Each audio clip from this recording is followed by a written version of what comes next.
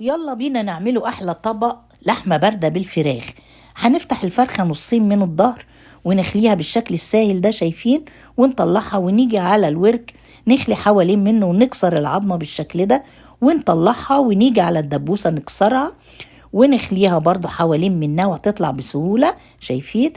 والكتف نفس القصة، هنخلي حوالين منه وناخد الجناح نيجي جايين رافعينه لفوق ونطلع العظمتين الرفيعين اللي فيه وندخل الدبوس والورك لفوق، ومعانا ملح وفلفل وبصل وتوم بودر وبهارات وتوم وجزر وبسلة، ونلفها نطلع الدبوسة دي والكتف ده لبره، والاتنين التانيين نسيبهم لجوه زي ما هما كده ونلفهم جامد. ومعانا دبار المطبخ نلفه جامد، وفي صينية هنحط بصل وتوم وطماطم والحبة بهارات اللي بفضلين ونحطها ونغطيها بورق فويل وساعة ونص في الفرن.